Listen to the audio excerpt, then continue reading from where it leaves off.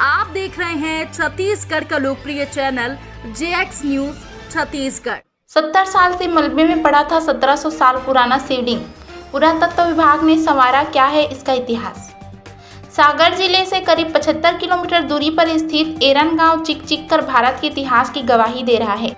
यह गांव गुप्त शासकों के इतिहास और बर्बरहुड़ों के आक्रमणों को झेल चुका है। विश्व धरोहर सप्ताह में पुरातत्व विभाग ने यहां 4वीं और 5वीं शताब्दी के एक शिवलिंग रूपी स्तंभ को पुनः स्थापित कर इस अति प्राचीन स्थान के साथ इंसाफ किया है। करीब 1700 साल पुराना यह स्तंभ 70 साल से मलबे की तरह पड़ा हुआ था। इसे लेकर पहले यह अड़चन भी थी कि शिवलिंग है या सती स्तंभ या कुछ और। पुरातात्विक विशेषज्ञों इतिहासकारों ने प्रत्यक्ष मौजूद के लिए प्रमाण तलाशने किताबों में लिखा, इतिहास खंगाल डाला। इसके बाद जो जानकारी मिली उसने सबको अचंभे में डाल दिया। इसके बाद पुरातत्व विभाग के अधिकारियों ने इस शिवलिंग रूपी सती स्तंभ को नियमानुसार स्थापित किया। 510 ईस्वी में यहाँ सम्राट भानुगुप्त के मित्र सेनापति गोपराज ने हरुणों से लड़ते हुए मारे गए। उनकी पत्नी गोपबाई इसी स्थान पर सती हुई थी। स्तंभ पर गोपराज को घोड़े पर जाते हुए और साथ ही उनकी पत्नी की तस्वीर भी स्तंभ पर अंकित है। इससे पहले दुनिया में कहीं भी लिखित सती स्तंभ प्राप्त नहीं हुआ।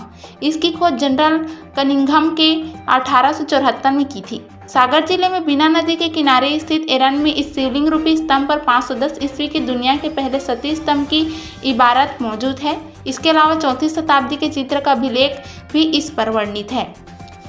1952 से स्तंभ कचरे की तरह जमीन पर पड़ा हुआ था। भारतीय पुरातत्व सर्वेक्षण शाखा के अधीक्षण तात्विद डॉक्टर शिवकांत वाजपेयी इतिहासकारों के मुताबिक आज से 1511 साल पहले 510 ईस्वी के आसपास एरन में भारतीय गुप्त शासकों और चीन से आए बर्बर हरुणों दोनों के बीच एक भयानक युद्ध हुआ था। इसके बाद इस क्षेत्र को आग के हवाले कर दिया।